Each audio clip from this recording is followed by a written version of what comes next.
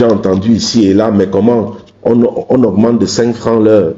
Il y a même un journal qui a titré 1,5 € par mois et les gens se calment.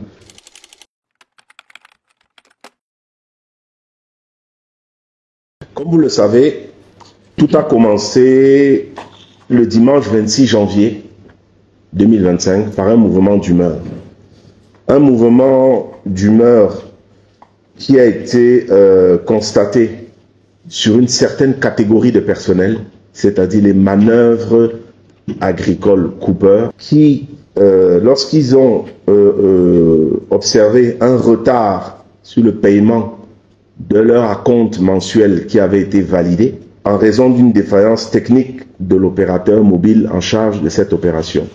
Donc, le dimanche 26 janvier, dès qu'ils ont constaté ce décalage, quelques collaborateurs coupeurs de l'usine de Mbandjok se sont arrêtés de travailler le dimanche matin. Il faut noter que dès le samedi soir, c'est-à-dire la veille, dès que le problème avait été identifié, les collaborateurs ont été informés de ce retard en toute transparence, puisque nous avions indiqué par une note du directeur des ressources humaines dès le samedi soir, nous avions communiqué sur ce retard et nous avions même pris l'engagement du paiement intégral de ces acomptes au plus tard le lundi matin. Il faut savoir même que dès le dimanche matin, alors que naissait ce mouvement en Mbandjok, les premiers acomptes étaient en cours de paiement. Dès le dimanche matin. Donc, sur la période annoncée de 24 heures par la direction des ressources humaines, Sosukam a tenu ses engagements, puisque au plus tard, à 9h28, le lundi matin, les 4000 coupeurs avaient reçu les acomptes demandés. Malgré la résolution concrète de ce problème, les tensions naissantes de cette catégorie de personnel ont perduré d'abord en Mbandjok. En Kotin, nous n'avions relevé aucun incident. Du 26 janvier au 29 janvier, tout s'est bien passé en Kotin. Mais en Mbandjok, progressivement, nous avons observé des tensions naissantes. Jour après jour, des sites de Sosukam ont été bloqués par des groupes de manifestants incluant, et je pèse mes mots, des individus qui n'appartiennent pas à l'entreprise et qui ont bloqué tous nos travailleurs le matin lorsqu'ils allaient sur leur lieu de service, paralysant ainsi progressivement l'ensemble de l'activité de l'entreprise. Dès le jeudi 30 janvier, ces individus ont infiltré les manœuvres coupeurs d'un Kotin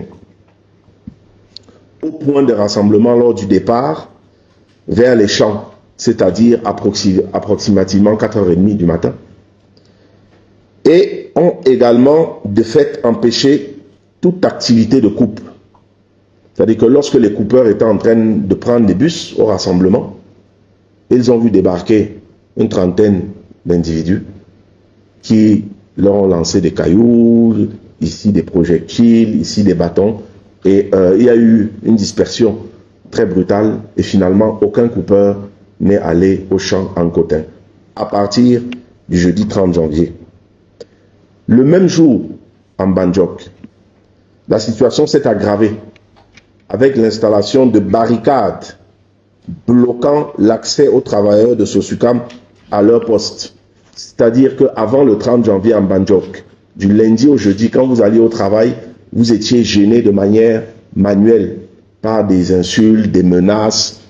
À partir du jeudi 30 janvier, ce sont des barricades qui ont été installées à tous les postes d'entrée au travail. Bien évidemment, le même jour, après avoir perturbé le début de la coupe, les mêmes barricades ont été installées en Kotin. Dès le 31 janvier, la contestation a pris une tournure plus radicale. J'ai entendu ici et là, mais comment on augmente de 5 francs l'heure? Il y a même un journal qui a titré 1,5 € par mois et les gens se calment. Je pense qu'il faut, pour ceux qui sont déjà venus chez nous, se déplacer du prisme de nos villes. et se mettre un peu dans celui d'une entreprise agroalimentaire qui est dans un milieu rural. Le dialogue social est une priorité à Sosukam.